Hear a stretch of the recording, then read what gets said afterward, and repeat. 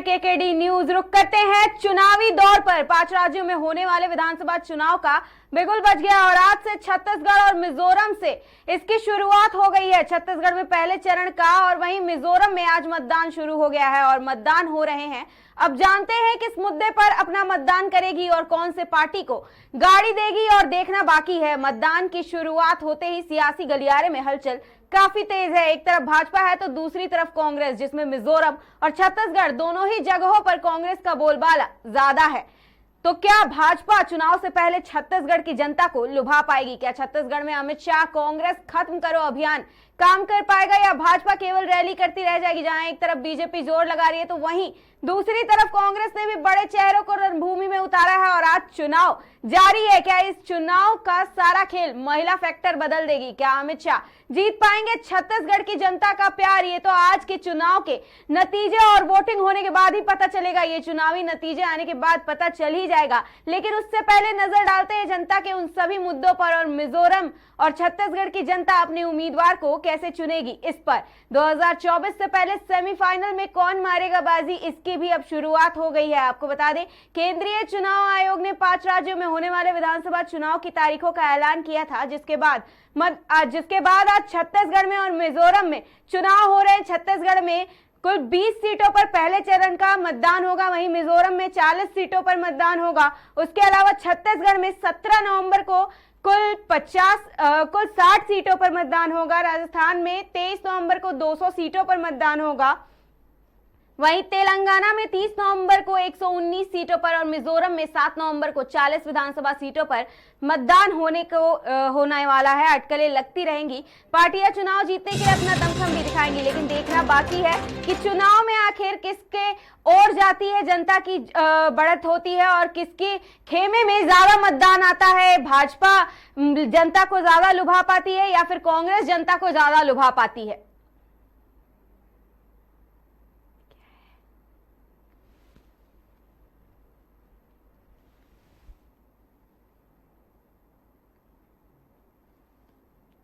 लोग कहेगा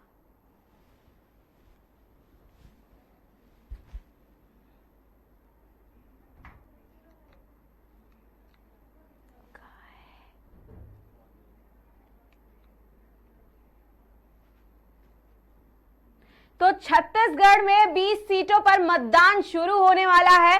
पहले जो मतदान होगा वो 3 बजे तक होगा और उसके बाद जो दूसरा मतदान होगा वो 5 बजे तक होगा। उसके अलावा मिजोरम में 40 सीटों पर मतदान होगा। अब देखना यह है कि छत्तीसगढ़, जिसको कहते हैं कि नक्सल एरिया है, वहां पर मतदान होना बड़ा ही भीषण देखा गया है, बड़ा ही कठिन कार्य देखा गया है। तो आज जो मतदान होगा वो किस तरह से निपट सकेगा? क्या शांतिपूर्ण तरीके से छत्तीसगढ़ में मतदान हो पाएगा? अगर बात करें कांग्रेस की तो छत्तीसगढ़ की 90 सीटों पर बीजेपी कांग्रेस की चुनावी तस्वीर साफ। अब महासंग्राम के लिए रण में उतरे प्रत्याशी। छत्तीसगढ़ विधानसभा चुनाव को लेकर बीजेपी और कांग्रेस की चुनावी तस्वीर साफ हो चुकी है। बीजेपी और कांग्रेस दोनों के प्रदेश की 90 विधानसभा सीटों पर अपने प्रत्याशी उतार दिए हैं। अब दोनों दलों के प्रत्याशी चुनावी महासंग्राम में कूद गए हैं और आज चुनाव होने शुरू भी हो गए हैं। छत्तीसगढ़ विधानसभा चुनाव को लेकर बीजेपी और कांग्रेस की चुनावी तस्वीर अब साफ हो गई है। बीजेपी और कांग्रेस दोनों ने प्रदेश की 90 विधानसभा सीटों पर अपने प्रत्याशी उतार दिए। अब दोनों दलों के प्रत्याशी चुनावी महासंग्राम में भी कूद गए हैं। अब चुनाव के मतदान भी शुरू हो गए हैं। एक योद्धा की तरह एक दूसरे को मात देने की चुनावी रण में पूरी तरह से तैयार है। बीजेपी ने 25 अक्टूबर को 4 सीटों पर अपनी आखिरी लिस्ट जारी की थी। इसमें बेलतरा से विधायक रजनीश कुमार सिंह का टिकट काटकर सुशांत शुक्ला को दिया गया था। बीजेपी ने 4 सीटों पर नए चेहरे को मौका दिया। अब देखना यह है कि आज जो मतदान हो रहा है उसमें बीजेपी को कितनी बढ़त मिलती है और कांग्रेस को कितनी बढ़त मिलती है, और क्या बीजेपी छत्तीसगढ़ की जनता को लुभा पाएगी या फिर से एक बार कांग्रेस आएगी? बीजेपी की चौथी लिस्ट में अंबिकापुर से राजेश अग्रवाल, बेलतरा से सुशांत शुक्ला, कसडोल से धनीराम धीवर, बेमेतरा से दीपेश साहू को टिकट मिला है। चारों नए चेहरे हैं। अब देखना यह है कि नए चेहरों में जनता किसको ज्यादा पसंद करती है। बीजेपी की चौथी लिस्ट में ओबीसी वर्ग के 2 नए चेहरों को मौका दिया गया है। बीजेपी की चौथी लिस्ट और अंतिम सूची में 4 नए चेहरों को भी मौका दिया गया है। अंबिकापुर से राजेश अग्रवाल, बेलतरा से सुशांत शुक्ला को और कसडोल से धनीराम धीवर को, बेमेतरा से दीपेश साहू बीजेपी से हैं और 17 अगस्त को फिर दूसरे मतदान होना है। 21 सीटों पर अपने उम्मीदवारों की पहली सूची जारी की थी भाजपा ने। अब पहली सूची में भाजपा ने 10 एसटी और 1 एससी के अलावा सांसद विजय बघेल के नाम पर मुहर लगाई थी। अब देखना यह कि कांग्रेस के ऊपर ईडी की आंच आई हुई है और भूपेश बघेल के ऊपर ईडी की इतनी बड़ी कार्रवाई जारी है। वहीं एक आरोप भी लग रहा है कि भूपेश बघेल के ऊपर घोटाले का आरोप लग रहा है। महादेव ऐप में घोटाले का आरोप लग रहा है और उसके अलावा उनको कहा जा रहा है कि उन्होंने घूस भी लिया था। तो अगर ये बात सच होती है तो क्या जनता सच में दोबारा से अपने मतदान को कांग्रेस के खेमे में देगी या भाजपा के खेमे में देगी, ये देखना बड़ा ही दिलचस्प होगा। और शाम तक कहीं ना कहीं इस बात का पता भी चल जाएगा कि छत्तीसगढ़ में आखिर किसकी सरकार का पलड़ा ज्यादा भारी दिख रहा है। पहली सूची में अधिकांश नए उम्मीदवारों को लेकर जगहों पर विरोध भी देखने को मिला था। बीजेपी ने पहली सूची में जहां पार्टी कमजोर है वहां अपने 21 प्रत्याशियों का ऐलान किया था। ये सूची जाति समीकरण को भी प्राथमिकता देकर जारी की गई थी। अब जाति की बात आई है तो छत्तीसगढ़ में आदिवासी ज्यादा है और वहां पर नक्सल एरिया है। अब इसको लुभाने की तैयारी भी बीजेपी ने पहले से कर रखी थी। कहीं ना कहीं बीजेपी की यह तैयारी हो सकता है कि काम आ जाए। पिछले चुनाव 2018 के मुकाबले इस बार पहली सूची जल्दी जारी की गई थी। ऐसे में उम्मीदवारों को भरपूर समय मिलने से पार्टी को चुनाव के पक्ष में माहौल बनाने का समय मिल गया था। बीजेपी प्रत्याशियों की पहली लिस्ट 21 सीटों पर जारी की थी। प्रेमनगर में फूलन सिंह मरवाही, भटगांव में लक्ष्मी राजवाड़े। अब महिला की बात करें अगर तो छत्तीसगढ़ में ऐसा देखा गया है कि महिला उम्मीदवारों को ज्यादा प्राथमिकता दी जाती है और उनको ज्यादा बढ़त मिलती है और उनको चुनाव जीतने की ज्यादा वो होती है। तो चुनाव अगर ये महिला की बात करें और अगर भाजपा महिला को लेकर के आई है तो हो सकता है कि महिला को ज्यादा बढ़त मिल जाए और छत्तीसगढ़ में कहीं ना कहीं उनको इस पर 1 सीट तो मिल ही जाए। प्रतापपुर शकुंतला सिंह पोरथे और रामानुजगंज रामविचार नेताम और लोंडरा से प्रबोज भिंज है और खरसिया से महेश साहू।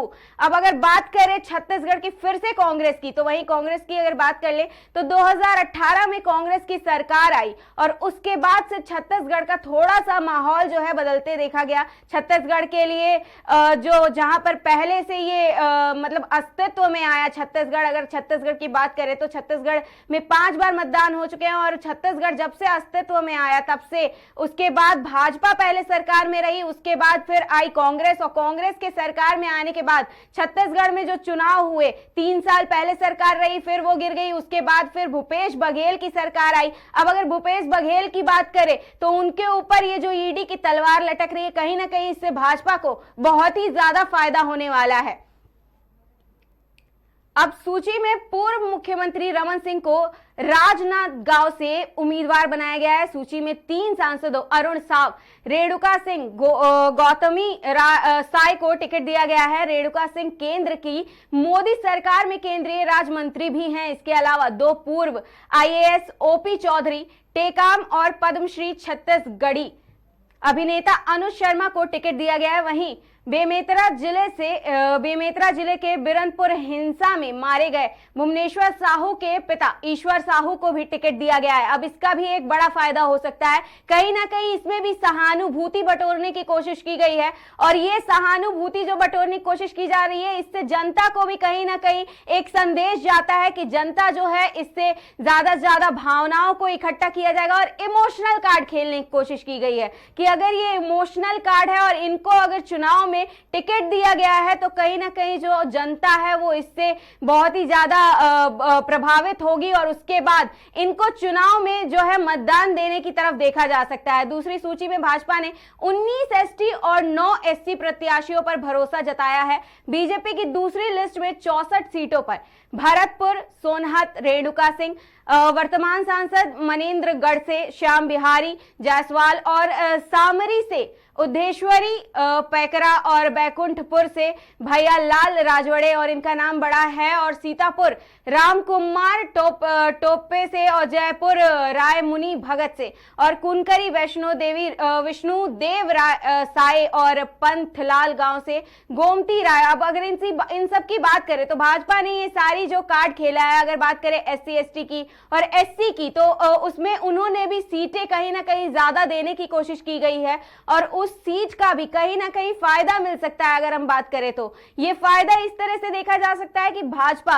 अगर जाति की बात करे, अगर एससी एसटी की बात करे, अगर ओबीसी की बात करे, तो भाजपा कहीं ना कहीं ये कोशिश कर रही है कि जो बाकी के जाति के लोग हैं, अगर भाजपा के ऊपर हमेशा से ही आरोप लगते आया है कि वो जातिवाद करती है और वो ज्यादातर ब्राह्मणों को और जो जनरल कैटेगरी के लोग होते हैं उनके तरफ ज्यादा ध्यान देती है, तो भाजपा ने कहीं ना कहीं इसमें भी जो जनता है, छत्तीसगढ़ की जनता है, उनको लुभाने की पूरी कोशिश की है कि उन्होंने इस बार ज्यादा सीटें उनको दी हैं और ज्यादा प्रत्याशियों को उतारा है। तो अगर ज्यादा प्रत्याशी किसी एक विशेष जाति के होते हैं तो उसका बड़ा प्रभाव पड़ता है। भाजपा ने इस तरफ भी बहुत ज्यादा ध्यान दिया है। अगर वहीं कांग्रेस की बात कर ले तो कांग्रेस में भी ये देखा जा सकता है कि कांग्रेस का जड़ जो है वो ज्यादा मजबूत है। अगर छत्तीसगढ़ की बात कर ले, मध्य प्रदेश में भी इस बार जनता जो है वो कांग्रेस की ज्यादा बात करी, भले ही बीजेपी की सरकार है तो क्या, लेकिन भाजपा जो है वो कांग्रेस की जो जनता जो है वो कांग्रेस की बात कर रही है। अब भारतीय जनता पार्टी की केंद्रीय चुनाव समिति ने छत्तीसगढ़ में होने वाले विधानसभा चुनाव जो कि अब शुरू हो गया है उसके लिए पंडरिया विधानसभा से भावना बोहरा को प्रत्याशी बनाया है। अब बोहरा वर्तमान में करीब